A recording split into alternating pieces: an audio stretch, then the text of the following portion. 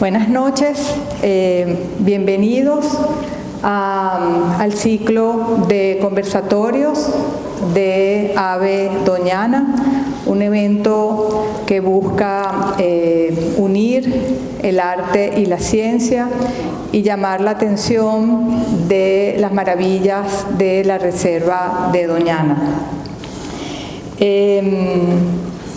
Este evento, como saben, está organizado en conjunto por 3 instituciones. Nos unimos la Fundación Biodiversidad con la Estación Biológica de Doñana y la Fundación Meta Miami. Una histórica relación entre la Estación Biológica y la Fundación Maldonado desde el año 1973, donde hemos tenido una relación de conocimiento desde el punto de vista de aquí, desde España, pues en los estudios de mucho de la biodiversidad del neotrópico y también para los científicos en Venezuela una gran oportunidad de poder tener un intercambio con Europa y conocer otro humedal.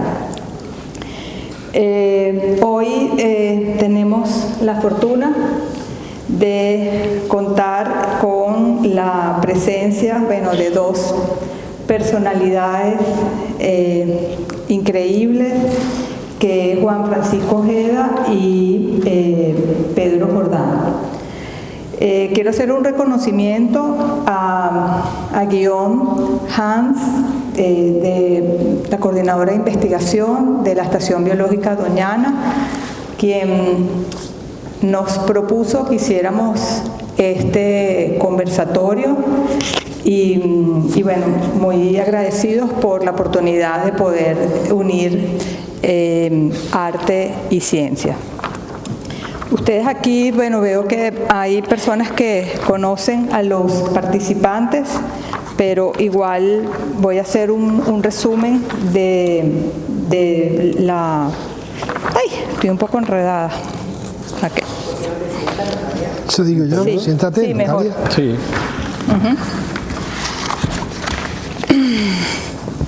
Voy a leer un breve resumen curricular de Juan Francisco Ojeda. Nació en Almonte, en Huelva, en 1949. Ha sido profesor de las universidades públicas de Sevilla, el US y UPO. Desde el año 1977 y desde el año 2000 fue catedrático de Geografía en la Universidad Pablo de Olavide. Se jubiló en septiembre del 2019 y eres más feliz, ¿verdad? Bueno. Ha impartido docencia en licenciaturas, máster y doctorados de humanidades, ambientales, sociología, derecho y arquitectura, y también de otras universidades españolas y extranjeras. Es miembro y director de equipos en una veintena de proyectos nacionales e internacionales de investigación. Fuiste. Con más de un centenar de publicaciones, por eso todavía estaban las publicaciones. Sí, esas están. No, claro. De las que una treintena se refieren a Doñana y su entorno. Fue galardonado como experto conocedor de Doñana en la celebración del 50 aniversario de su creación como Parque Nacional. Ha sido vicerrector de la Universidad Hispalense, director del Departamento de Humanidades de la Olavide, representante universitario en el Parque de Doñana y miembro del Comité Andaluz de Reservas de la Biosfera y del Consejo Rector del Centro de Estudios, Paisajes y Territorio, de la Consejería de Obras Públicas y Transporte de la Junta de Andalucía y las Universidades Públicas Andaluzas. Como diríamos en mi país, náguara. ¿Cómo? Náguara. Y aquí a nuestra derecha está Pedro Jordano, biólogo por la Universidad de Córdoba en 1980, doctorado en la Universidad de Sevilla, profesor de investigación del Consejo Superior de Investigaciones Científicas, en la Estación Biológica de Doñana y profesor asociado en la Universidad de Sevilla en el Departamento de Biología Vegetal y Ecología. Su investigación se centra en el estudio de la diversidad biológica, tanto desde perspectivas ecológicas como evolutivas. Está interesado en cómo las interacciones ecológicas dan forma a sistemas ecológicos complejos. El profesor Jordano es autor de más de 300 artículos científicos y 3 libros, incluidos como investigador altamente citado. Bueno, supervisado tesis doctorales, maestría, bueno, su currículo también es inmenso. A mí me llama mucho la atención que presidió el panel español del Plan Nacional de Investigación, el Programa de Biodiversidad, Ecología y Cambio Global, Ministerio de Economía e Innovación en 2006 y 2013. Entre 2018 y 2023 ha presidido el Programa de Ciencias y Tecnologías Ambientales dentro de la Agencia Nacional de Investigación. También presidió el panel de Air Starting Grants en el Consejo Europeo de Investigación en Bruselas en 2012-2016. Miembro del jurado de los premios BBVA Frontiers of Knowledge, Annual Review of Ecology, Evolution and Systematics, y formó parte del Consejo Asesor de Ecography y Oikos. En 2019 fue nombrado hijo adoptivo de Triana y un reconocimiento civil otorgado por el Ayuntamiento de Sevilla. Sus reconocimientos van desde el Mars Award de la British Ecological Society, Premio Rey Jaime de Conservación del Medio Ambiente en 2014, Premio Nacional de Investigación Científica en el área de recursos naturales en 2018, académico correspondiente y numerario de la Real Academia de Ciencias Exactas, Físicas y Naturales de España y de la Academia Europea desde 2019. Así que bueno, de verdad un honor contar con ustedes y que disfrutemos todos y aprendamos de sus conocimientos. Gracias. Muchas gracias.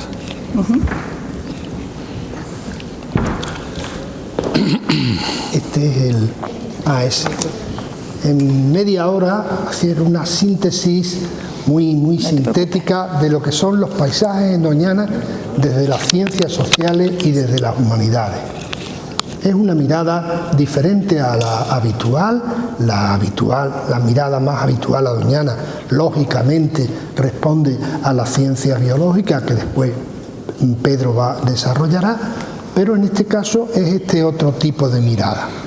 Y parto de una cita de Tetsuro Wasuji, que es un chino que está viviendo en Francia y que tiene un libro que se llama Antropología del Paisaje y que viene a decir más o menos que todos llevamos dentro de nosotros no solamente una historia, sino también unos paisajes, no solamente un tiempo, sino unos espacios, ¿no? Entonces, en ese sentido, yo tengo la suerte de haber nacido, como os han dicho anteriormente, en Almonte y después haber estado en la universidad y investigando durante 40 años en relación con Doñana. De manera que me siento de alguna forma como una especie, aunque sea esto inmodesto, de hermeneuta de Doñana.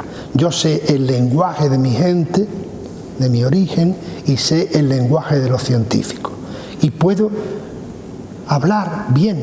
No le voy a llamar a Pedro Biolo, aunque se lo podía llamar, pero tampoco él me va a llamar a mí salvaje, aunque me lo podía llamar. Vamos a dialogar. Entonces, esto es importante. Este tipo de mensaje me parece especialmente importante desde las ciencias sociales y desde las humanidades, y responde muy bien al momento actual, la necesidad del diálogo. Entonces, he puesto también en la portada, después también pondremos esa imagen, un esquema de trabajo transdisciplinar que hace la profesora Carmen Andreu, que está aquí presente, para estudiar entre todos, y entre todos en este caso me refiero a ella misma, a los hermanos Villa, que también andan por aquí, una geógrafa y otro novelista, y a mí mismo, estudiar la retuerta. La retuerta, como veréis después, se convirtió en una especie como de pequeño laboratorio de nuestro trabajo. Entonces, vamos a empezar. En primer lugar, creo que es muy importante establecer qué significa paisaje. El paisaje es una realidad compleja y trayectiva, en el sentido de que se mueve entre lo objetivo, las formas objetivas presentes en un territorio, y las miradas, las percepciones. Entonces, en ese sentido, creo que existe la creatividad, tiene un poder demiúrgico de crear paisajes, y vamos a plantear también nuestra hipótesis de trabajo. De manera que podríamos decir, por ejemplo, Le Mont-Saint-Victoire, que es una colina que hay en la Provenza y que no es demasiado espectacular, no era nada antes de que llegara Cézanne y lo pintara miles de veces con miles de tonalidades de luz. Entonces, en ese sentido, me parece especialmente importante que sea Cézanne el que crea el paisaje del Mont-Saint-Victoire como símbolo de Provenza. Hasta ese momento, el Mont-Saint-Victoire era pues una colina de Provenza, un paraje de Provenza. Entonces, vamos a ver qué diferencia hay. Hay veces que confundimos esa realidad compleja del paisaje con otras, como son naturaleza, medio ambiente o ambiente, ecosistema, territorio o país. Y no es ninguna de esas cosas. Tiene que ver el paisaje con esas cosas, pero no es solo naturaleza, solo ambiente, solo ecosistema, solo territorio o solo país. Es una mezcla de todo eso y de las percepciones humanas. De manera que, en realidad, el paisaje está situado, como os he dicho anteriormente, a medio camino entre lo que tengo delante y mi mirada. Y es algo que me permite transformar con mi mirada ese propio paisaje. Si yo soy un creador, puedo hacerlo, crearlo de manera potente. Aquí tengo al lado mío a un creador de paisajes de Doñana, sin ninguna duda, Juan Villa, o Caballero Bonal, o ahí habéis estado viendo a Carmen Lafón. Son creadores de paisajes de Doñana. Y, por otro lado, es a la vez, como hemos dicho, objeto, realidad física y sujeto. Es una realidad, diríamos, que responde al Tao, a un momento de crisis del confucianismo en el siglo IV y V, en el que en realidad se descubre que las realidades son complejas y existe lo que se llama un yin-yang. El paisaje es un yin-yang. El paisaje es una interacción compleja de formas por un lado y de percepciones por otro lado. Eso en el mundo nuestro occidental, en nuestra cultura occidental, no se entiende. Prácticamente no se entiende. Nuestra cultura occidental se había empezado a modernizar con Descartes, y Descartes dice: una cosa es la res cogitan y otra cosa es la res material, la cosa material, y no tienen nada que ver una cosa con otra. Entonces, hay algunas aproximaciones en nuestra cultura occidental, por ejemplo, el franciscanismo, los primitivos italianos, los pintores primitivos italianos, el Giotto, Lorenzetti, Fray Angelo, esta gente y el propio franciscanismo, que se aproximan a esta idea, pero los que en realidad descubren el paisaje son los románticos. Y en este contexto trayectivo y medial, las miradas creativas tienen un papel sustantivo, de modo que hay quien dice que es el arte, la artealización, la creatividad, ya sea pictórica, ya sea fílmica, ya sea literaria, la que hace transforma el país, el territorio, el paraje en paisaje. De modo que nosotros vamos a entender que los paisajes de Doñana, desde las ciencias sociales y desde las humanidades, son y seguirán siendo, además de realidades objetivas y apreciables, y eso nos lo va a mostrar perfectamente Pedro en su exposición, y yo recuerdo en este caso un diálogo con Miguel Delibes muy curioso en este sentido, porque él se resistía a admitir que Doñana fuera lo que yo decía que era, hasta que al final descubrí, es verdad, lleva razón, si me meto en internet es verdad lo que tú estás diciendo, es más un discurso. Son discursos culturales y creativos, son como artificios literarios y pictóricos que se expresan en metáforas, respondiendo a contextos históricos diferentes y diversos y con distintas efectividades publicitarias. Entonces nosotros lo que vamos a hacer aquí es un recorrido muy selectivo, e incluso si me paso un poquito me avisáis, Clara, hemos quedado en que me des un toque cuando me quede un cierto tiempo, un recorrido muy selectivo por algunas de aquellas metáforas que han ido creando los paisajes de Doñana. Y para empezar podríamos decir que los paisajes, desde el momento romántico, que es cuando en el mundo occidental se comprende al paisaje, están vinculados a las alturas, a los paisajes verticales. Recuerdo ahora mismo al marqués de Villaviciosa de Asturias cuando en el Senado defiende la creación en España de parques nacionales después de haber venido de América.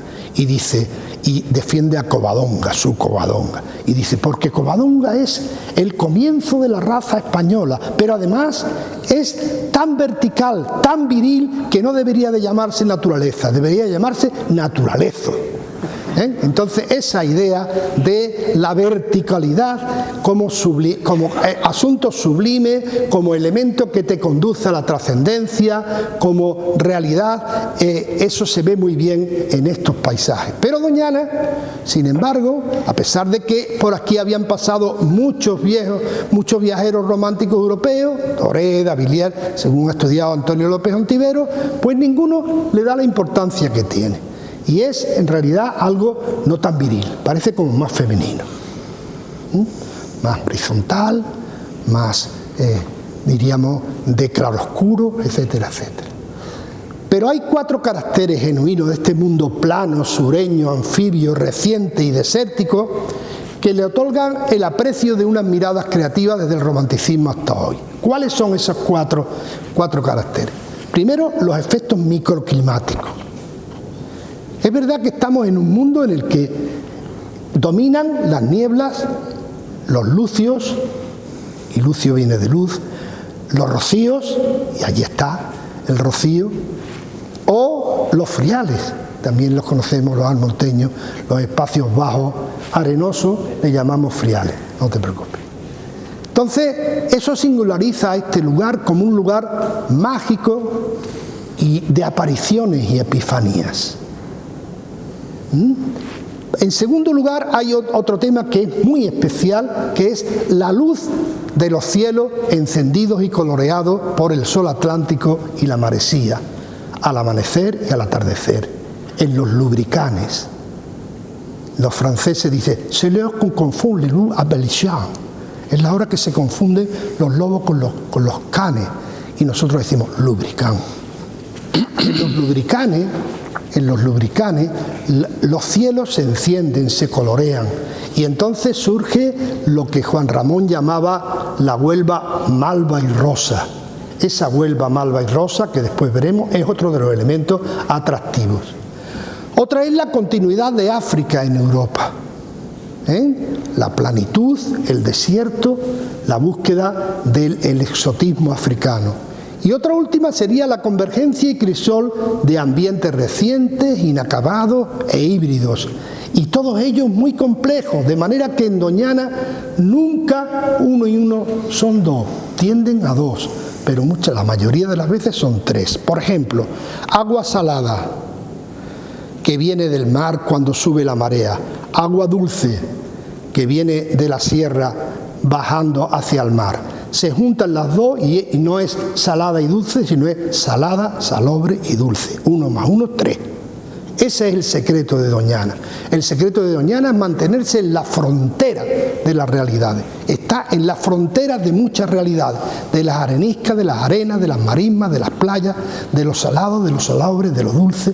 Está en ese asunto. Bien, en función de eso empezamos. Primero, aunque desde la época medieval, ya en el libro de la Montería, se alude a descripciones de algunos parajes cinegéticos de la Rocina, hasta mediados del siglo XVIII no encontramos una leyenda que les otorga la cualidad de paisajes mágicos y epifánicos.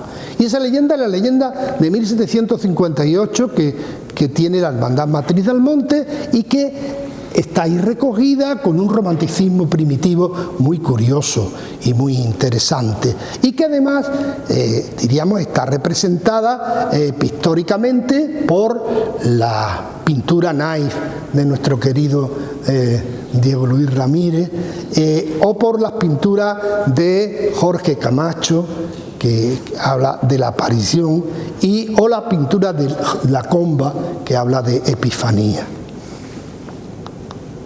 Pero además es un espacio de convergencia de luces, sucesión de veras y crisol de paisaje.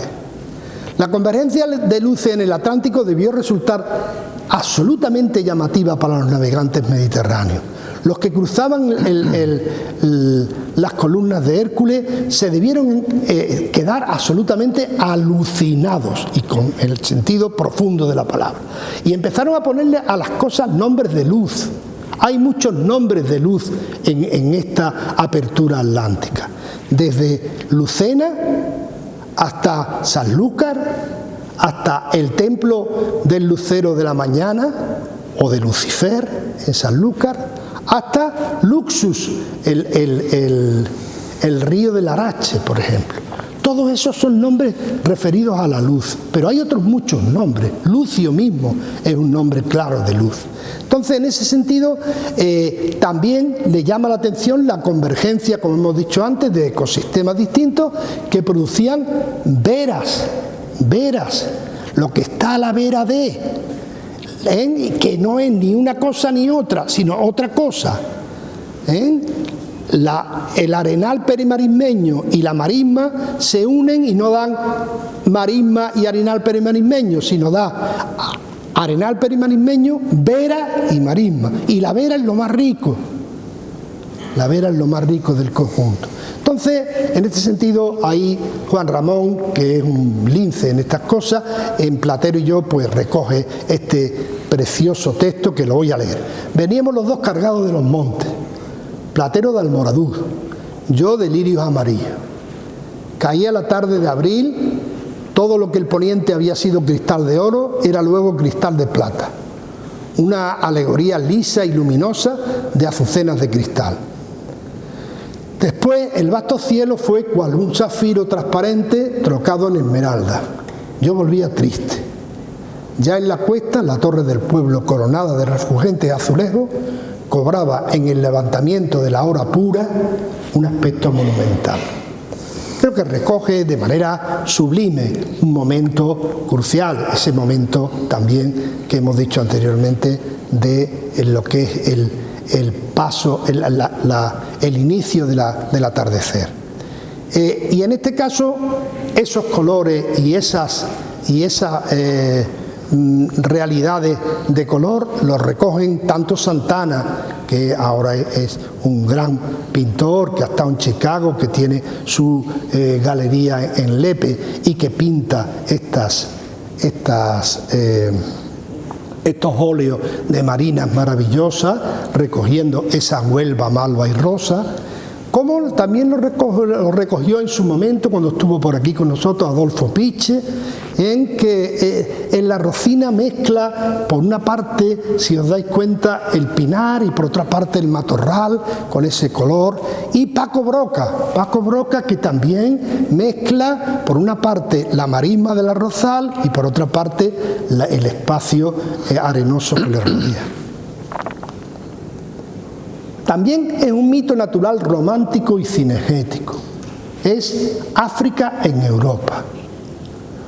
En función de que aquello era desde hacía tiempo un cazadero, el cazadero del Coto de Doñana, esto asegura y garantiza la presencia continua de cazadores europeos, entre los que destacan algunos románticos, fundamentalmente Chapman y Buck, en la época final del romanticismo europeo, que lo publicitan, escriben el típico libro que podría ser ahora la guía Michelin de Doñana, y un Explorate Spain, ¿no? Y entonces ahí dicen, explican esto que están diciendo ahí, desde la desembocadura del río, los bosques de pino piñonero. Esto lo entiende perfectamente Daniel Bilbao cuando se atreve con el charco del Sopetón y pinta eso. O lo entienden perfectamente tanto Jorge como nuestro amigo Juan Carlos Faraco cuando hacen su libro sobre las cruces en Doñana. Es la exaltación de una desolación magnificente, el esplendor de la esterilidad. A principios del siglo XX, bajo la influencia de Rousseau y de la institución libre de enseñanza, llegó a Doñana, que estaba recorriendo todas las escuelas del país, Luis Bello. Luis Bello era un institucionalista, liberal, y mitifica a Doñana así. Dice, después de andar tanto por España y de penetrar un poco, tal es mi intención, en el alma del pueblo, todo podría ocurrírseme menos compadecer a los niños del Coto de Doñana, porque en su mundo encantado de cuentos de niños no hay escuela. Son felices, se crían sanos. Bueno, esto lo lee a cualquiera ahora y dice, este tío es un elitista. Evidentemente era un elitista de la institución libre de enseñanza. Entonces, esto lo recoge también en la acuarela Ignacio Aguilar, en esa acuarela de la madre previa a la creación del paseo marismeño, o también Diego Luis cuando habla del Rocío Grande en esa otra pintura de óleo en madera. Es también solar de principales y refugio de marginales. No sé si sabéis que entre mayo y julio de 1936 hubo una serie de informes del interventor del Ayuntamiento de Almonte, Guitar, sobre Doñana, que condujeron a que la finca fuera considerada como expropiable por parte del IRA, del Instituto de Reforma Agraria, y que el 14 de julio Almonte recibió un telegrama del ministro de Agricultura que decía, mañana voy para allá para repartir Doñana tal como lo habéis propuesto. Menos mal que no lo hicieron, pero lo podían haber hecho perfectamente. El 18 de julio fue la confrontación y eso abortó el plan, lógicamente. Entonces, efectivamente, Doñana, por una parte, era lugar de las francachelas reales. Allí se borboneaba todo lo que se podía y más. Pero a su vez era refugio de muchas personas absolutamente marginales. Y ahí tenéis un grafito de Alfonso XIII cazando en Doñana, de Daniel Bilbao, y abajo una fotografía de Pachi Serveto que recoge en el 87 a uno de los últimos audaces, Paco Reyes, que era, en este caso, piñero en la marismilla. Desde los años mediales del 20, la burguesía jerezana se hace dueña del Coto por la vía de emparentarse con la nobleza previa y también por la vía de las desvinculaciones que se producen durante todo el siglo XIX. Entonces, es la burguesía jerezana, principalmente, la que publicaciones de paisajes andaluces, en el que intervenimos muchas de las personas que, por ejemplo, estamos aquí, y que intenta, de alguna forma, más que terminar haciendo un archivo, terminar haciendo una lectura transdisciplinar de paisajes. Y Doñana se convierte en nuestro laboratorio. Entonces ahí está un poco la visión de Crónica de las Arenas que de alguna forma inicia este proceso. Tierra en hechura, magmática, genesíaca, germinal. Muy bien, buenas tardes. Muchas gracias por su asistencia y para mí es un privilegio y un honor estar aquí siguiendo el surco que ha abierto el profesor Ojeda, a quien admiro desde hace tantísimo tiempo, y espero que en mi charla hoy, lo que voy a ofrecerles es una reflexión sobre las imágenes de Doñana, pues encontremos puntos comunes entre los dos que luego podremos ir descifrando. Voy a empezar por esa idea de la unificación del paisaje y la ciencia, con una reflexión de cómo han servido las imágenes sobre Doñana, por qué esa riqueza de imágenes que tenemos en Doñana ha sido tan precisa, tan necesaria, en dos aspectos que me interesan mucho. Por un lado, en el conocimiento científico del Parque Nacional y del área de Doñana, cómo nos hemos ayudado de esas imágenes para avanzar en el conocimiento, y luego, por otro lado, muy importante, en su conservación. Esta imagen no es una imagen generada por inteligencia artificial, es una imagen real de la NASA, preciosa, es una imagen tomada desde la estación espacial. Bien. Sí, pues es la imagen real y bueno, es un paso de la estación justo por encima de Doñana, y va a ilustrar una de las ideas que quiero desarrollar aquí, que es la importancia de la tecnología en la conservación de las imágenes que derivan de la tecnología en el conocimiento y en la conservación de Doñana. Y la importancia de las imágenes de Doñana solo tenemos que remitirnos al profesor José Antonio Valverde, que fue un magnífico pintor naturalista con sus esquemas, y aquí vemos algunos esquemas de los que tenía en su obra principal, La estructura de una comunidad de vertebrados terrestres, de 1967, y ahí el profesor Valverde ya enfatizaba la importancia de las imágenes, la importancia de las ilustraciones, la importancia de los dibujos. Yo recuerdo que conversábamos mucho, porque a mí me gusta mucho pintar también animales y plantas, y conversábamos mucho sobre la importancia del dibujo y la pintura, y él decía siempre que para la conservación de Doñana era muy importante el contar con los pintores naturalistas, con los pintores paisajistas, con los pintores animalistas y también con los fotógrafos. Muy importante la fotografía. ¿Por qué? Porque son los que nos ofrecen la imagen de eso. Y afortunadamente hemos contado desde hace mucho tiempo pues con un gran número de artistas muy interesados en el espacio natural Doñana y en producir su obra artística alrededor el Parque Nacional, de la reserva, y eso pues es de mucha ayuda como digo, en la conservación y en el conocimiento de Doñana. Tenemos de sobra conocida pues Carmen Lafón con su obra maravillosa, explicando perfectamente esa simplicidad compleja que tiene Doñana, a la que se ha referido el profesor Ojeda, y también me voy a referir a la importancia que ya mencionaba el profesor Valverde de los fotógrafos naturalistas que han trabajado en Doñana. El pionero de ellos, Eric Hopkins, pues ayudó a crear esas imágenes de Doñana que hoy día son icónicas, por ejemplo las imágenes de las pajareras, etcétera. Fue uno de los participantes en las primeras expediciones naturalistas, y contribuyeron, toda esta fuerza de estos artistas ha contribuido pues a ese conocimiento público de Doñana, que afortunadamente continúa hoy día con nuevos artistas, nuevos creadores, como es nuestro querido y apreciado Héctor Garrido, con su obra fundamental de fractales, donde, como él dice en el subtítulo, disecciona la anatomía con mucha precisión, la anatomía de la marisma, ¿no? De ese ambiente tan simple y a la vez tan complejo. Y luego, al igual que estos fotógrafos, pues hemos tenido también la suerte de contar con grandes artistas.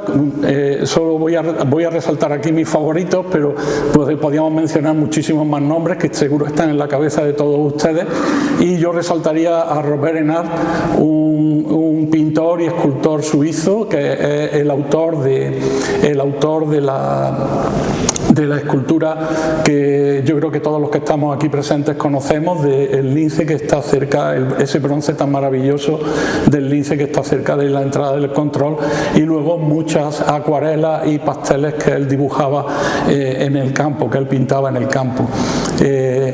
A esa playa de pintores naturalistas, pues hoy día continúan también grandes artistas, como por ejemplo Juan Varela, como por ejemplo el que fue nuestro querido López Rojas, o por ejemplo José Antonio Sencianes.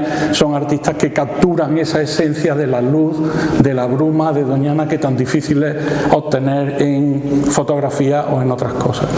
¿Cuál es ese valor entonces de esas imágenes de Doñana? Pues es muy simple, y lo resume muy bien esta frase de Yeats del libro de 1945, Bird Life in Two Deltas, en que la marisma es algo que desafía cualquier descripción. Las palabras no son suficientes para describir Doñana, necesitamos esas imágenes, y esas imágenes pueden venir de los artistas, pero hoy en día estamos también obteniendo imágenes a través de la tecnología. La tecnología que nos sirve sobre todo imágenes para lo que yo he llamado aquí registrar cambios. Doñana es un lugar muy cambiante, es un lugar muy heterogéneo, es un lugar donde se producen cambios de gran amplitud, donde se dan cambios de gran alcance en muy poco tiempo y que pueden ser muy difíciles de detectar. Y entonces hoy día en ecología nos estamos sirviendo de una serie de ayudas tecnológicas, como pueden ser imágenes de satélite, como pueden ser los drones, los artefactos voladores, cámaras con distintos tipos de sensores, o torres como por ejemplo las que hay varias de ellas instaladas en la Reserva Biológica de Doñana, que tienen diferentes sensores que nos pueden servir pues para medir distintos parámetros ambientales que son muy interesantes para comprender cómo funciona Doñana. Y el resultado de toda esta tecnología son fundamentalmente imágenes también. No son imágenes artísticas, pero es algo en que bajo mi humilde punto de vista tiene una intersección muy fuerte con la ciencia y con el arte, como voy a intentar ponerles de manifiesto en la charla hoy. Toda esta tecnología está hoy centrada en la Reserva Biológica de Doñana, en una infraestructura científico-tecnológica singular, lo que se denomina una ICTS. Es una infraestructura análoga a, por ejemplo, los grandes telescopios o los grandes supercomputadores, que pone en manos de los investigadores de diferentes grupos de investigación nacionales e internacionales pues el acceso a estas tecnologías para obtener esas imágenes que nos van a dar un mayor conocimiento de lo que es Doñana. Por ejemplo, en el LAST-EBD, uno de los 8 laboratorios que hay ahora mismo trabajando en Doñana en diferentes aspectos medioambientales, el Laboratorio de Sistema de Información Geográfica y Teledetección, liderado por Javier Bustamante, pues disponen de colecciones de fotos satelitales de distintos satélites, como por ejemplo Landsat o por ejemplo Sentinel, en los que podemos seguir los niveles de inundación de la marisma. Solo por ilustrarles esos ejemplos, vean el 1 de mayo de 2016, justo antes de unas lluvias tardías bastante intensas que hubo en mayo de ese año, cómo estaba la marisma. Se aprecia completamente seca y solo una parte de los arrozales al este aparecen más inundados. En cambio, el 16 de mayo, solo un par de semanas después, cuando cayeron esas grandes lluvias, ya aparece a la derecha la marisma inundada. Toda la marisma de Hinojo se ve con bastante agua, la parte del Rocío también, las alturas de la Madre, en fin, toda esa zona está con muchísima más agua. En 2 semanas, cambios muy importantes para los que esta tecnología es muy importante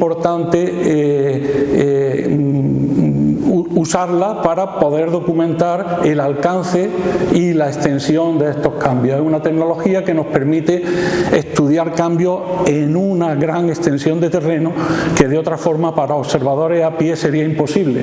Vean, por ejemplo, cómo estaba el Caño Travieso el 28 de abril, unos días antes de que comenzaran las lluvias en 2016 de mayo, arriba, y aquí abajo a la derecha cómo estaba después, un par de semanas después de esas lluvias. Y esos cambios, estas imágenes nos sirven precisamente pues para extraer datos que son muy importantes. Por ejemplo, esto es aquí en el eje, aquí abajo ven el ciclo de los meses de septiembre a agosto de un ciclo hidrológico, y cada una de las curvas corresponde a un ciclo hidrológico desde 1978-1979 hasta 2024-2025, en el que estamos hasta ahora, que es la línea marrón más gruesa que se ve aquí.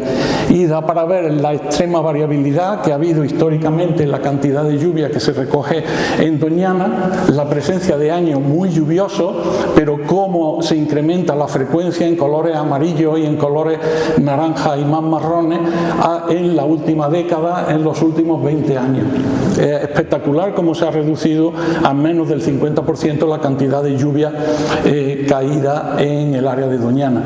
Entonces, esas son las imágenes que nos sirven para extraer ese tipo de información cuantitativa, ese tipo de datos en los que basar decisiones de manejo o decisiones de conservación. Estas otras imágenes para registrar cambios, estas imágenes satelitales de otro tipo de vuelos de satélite que dan mayor precisión. Por ejemplo, esta es una imagen de La Vera al norte del Palacio, donde podemos ver en falso color, esta, si no recuerdo mal, es de Sentinel, y podemos ver pues toda la arboleda de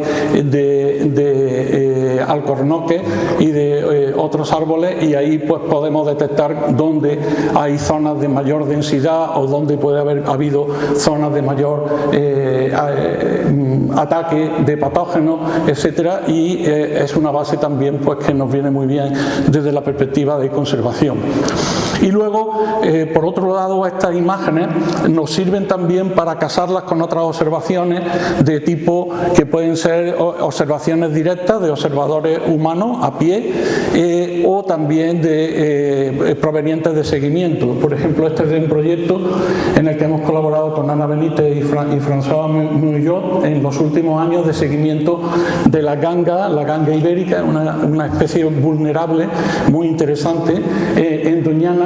A la izquierda pueden ver el mapa del área de Doñana con las posiciones de 51 individuos que tenían GPS adosados aquí en la parte dorsal. Allí a la derecha se ve un individuo justo después de colocar el transmisor por la noche, lo hacemos por la noche, y luego ahí pues podemos estudiar por dónde se están moviendo, cuáles son los puntos calientes que pueden ser sectores de hábitats que son muy importantes o cruciales en ciertos periodos del año para especies tan importantes como esta, como la ganga ibérica.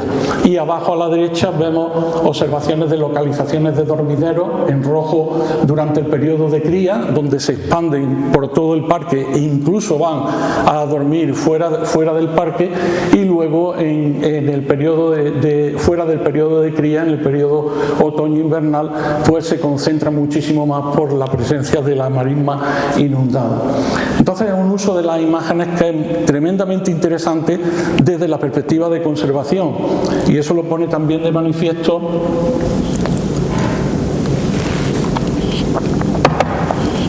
estas imágenes del lince ibérico, de este trabajo de Gil Sánchez y colaboradores. No es en Doñana, no está realizado en Doñana, está realizado en la población del lince ibérico en Sierra Morena, y está basado en el uso de cámaras de fototrampeo como tenemos a la izquierda.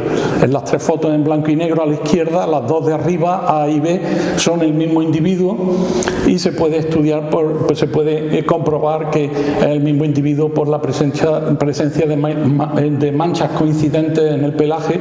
En C un individuo diferente que tiene un pelaje bastante distinto, mucho más punteado, menos atigrado. Y aquí a la derecha podemos ver otras dos fotos obtenidas por fototrampeo en las que se destacan los sitios donde hay manchas coincidentes que ayudan a establecer que es el mismo individuo, y por tanto podemos derivar datos de censo y tener unas estimas bastante robustas de la densidad poblacional de una especie tan difícil de observar como el lince ibérico. El valor de las imágenes. El valor de las imágenes para detectar presencia, para registrar presencia, lo he llamado aquí. Teníamos antes el valor de las imágenes para detectar cambios, aquí para detectar presencia de especies que son muy difíciles de observar de otra manera. Y aquí Gil Sánchez pues establecieron, no sé si da para ver allí a las personas que están sentadas al fondo, pero son mapas de territorios de diferentes individuos a lo largo de distintos años. Cada uno de los rectángulos es un año y se puede ver cómo se ocupan los diferentes territorios, etcétera. Todo ello a partir de esta identificación basada en imágenes.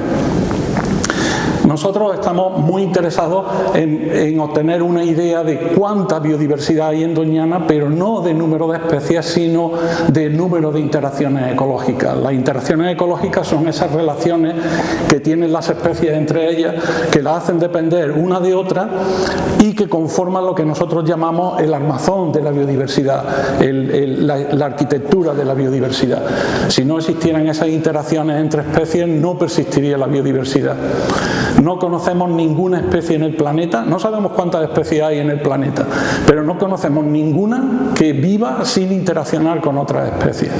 Entonces nosotros estamos interesados no en detectar, por ejemplo, los rabilargos aquí, o el tejón allí a la derecha, o el zorro, sino que estamos interesados en detectar sus interacciones con las plantas que consumen.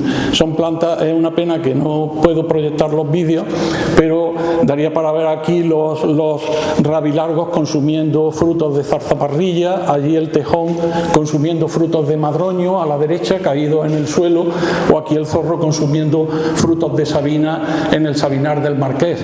Y eso nos permite, de nuevo, ayudados por estas imágenes, no solo registrar que esas relaciones de dependencia recíproca entre plantas y animales existen, sino también parametrizar modelos para conocer, por ejemplo, cuántas semillas son necesarias para recuperar una hectárea de monte mediterráneo, cuántas semillas tendrían que movilizar los animales frugívoros que dispersan esas semillas regurgitando las semillas tras consumir los frutos, o defecando las semillas tras consumir los frutos. Y ese es uno de los proyectos que venimos haciendo también, basándonos fundamentalmente en estas técnicas de muestreo y en estas técnicas de imágenes.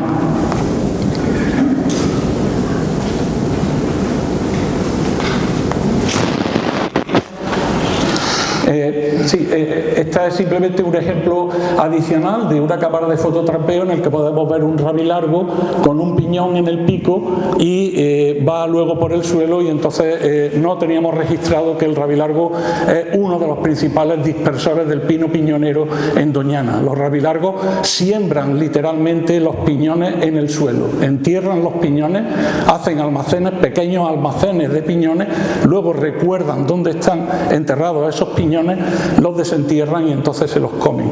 O cuando están germinando los piñones pueden consumir las pequeñas plantulitas. Los principales dispersores de los piñones y del pino piñonero en Doñana son los rabilargos y son también los ratones.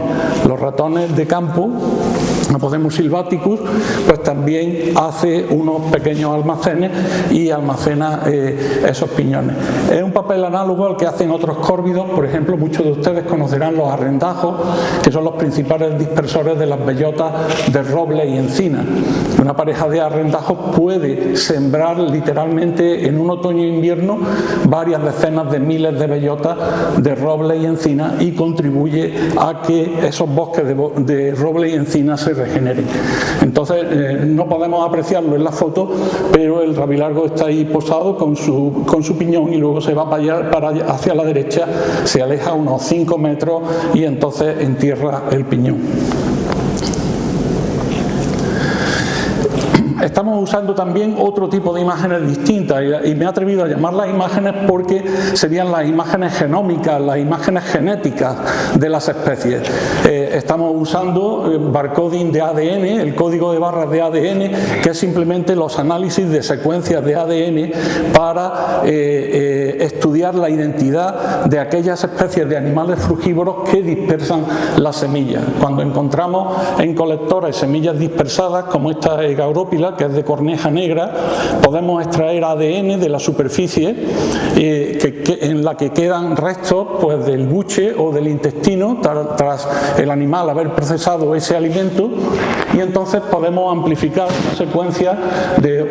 unas secuencias del gen del citocromo de aproximadamente 400 pares de bases, y son secuencias que constituyen un barcoding, un código de barras de cada especie. Es decir, con esa secuencia de bases de esa secuencia de ADN identificamos fehacientemente qué especie es la que está dispersando esas semillas, y con ello podemos establecer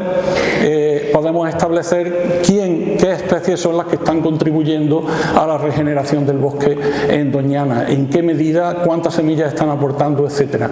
De nuevo les pido disculpas, este es un vídeo en el que podíamos ver un petirrojo consumiendo esos frutos de lentisco, pero siento mucho que no lo vamos a poder ver.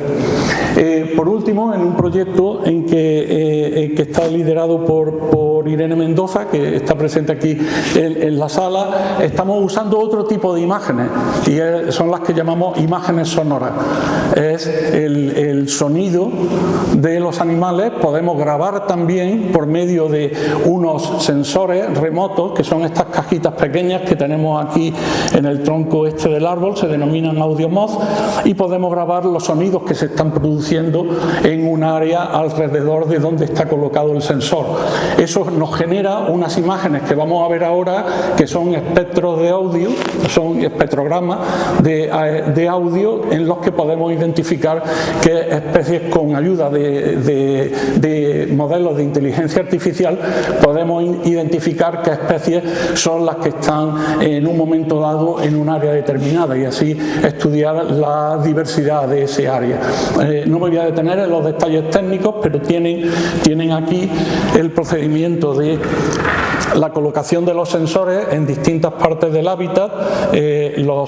Obtenemos esa colección por esta vía. El sensor envía las señales grabadas a través de un sistema de conexión remota que nos facilita la ICTS de Doñana, y eso va al servidor. Una vez los datos en el servidor, pues tenemos un flujo de trabajo de dos vías en el que enseñamos literalmente, por medio de un sistema experto de inteligencia artificial, a la identificación del sonido de las aves.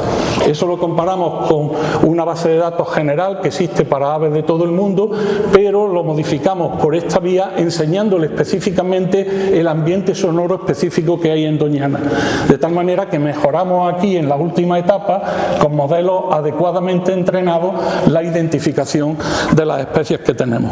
¿Y por qué es eso importante? Porque, bueno, este es el resultado. Aquí vemos otra imagen. De nuevo, continuamos trabajando con imágenes nos va a servir para registrar la diversidad de especies que hay. Ese es un sonograma que está etiquetado. Cada una de las etiquetas que hay abajo es una especie de ave, y arriba es simplemente una representación de la frecuencia de los sonidos, de los cantos, en función del tiempo. Y cada especie, cuando canta, tiene un sonograma diferente, un sonograma característico. Entonces, el modelo de inteligencia artificial saca partido de eso. Eso es muy importante para registrar lo que llamamos la biodiversidad oscura, lo que se conoce como dark diversity o dark biodiversity. ¿Y esa biodiversidad oscura qué es? Pues nos sirve, y son métodos especialmente adecuados cuando tenemos especies muy crípticas, especies que son tremendamente difíciles de muestrear, tremendamente difíciles de observar. Algo parecido al lince ibérico, pero en este caso con aves. Hay dos especies, el ave toro, el abetoro y la polluela chica, que identificamos por medio de los audio mods colocados en el hábitat por sus cantos. El abetoro tiene este sonograma aquí que es muy característico, es como si estuviéramos tocando un oboe con las notas más graves, algo como una cosa así. Y aquí la polluela es otra especie muy difícil de observar, generalmente solo la podemos identificar por oído, y tiene también ese sonido que es como un matraqueo leve. Entonces eso nos sirve para detectar esa diversidad oscura, que es sencillamente la idea de, si estamos en un lugar concreto como Doñana, ¿cuántas especies nos faltan en Doñana respecto a las que podíamos encontrar en Andalucía occidental? Esa parte de especies que deberían estar ahí pero que no están es lo que denominamos diversidad oscura, y esa diversidad oscura puede ocurrir básicamente por varias razones, pero dos principales. Una, no hemos muestreado suficientemente bien y por tanto no hemos conseguido detectar que la especie está presente cuando realmente sí está presente, ¿no? Que es lo que está pasando con estas dos especies. Y la segunda idea es que pueden no estar presentes ahí porque se ha alterado el hábitat, y entonces nos da una medida de qué componente de la diversidad oscura se debe a alteraciones del hábitat.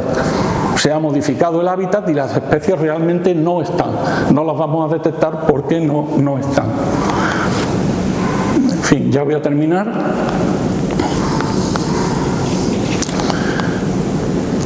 Y es simplemente, pues, volviendo a la idea principal, las imágenes de Doñana, lo importantes que son. Y son importantes porque hay, por lo menos yo lo veo, una intersección muy clara entre arte y ciencia.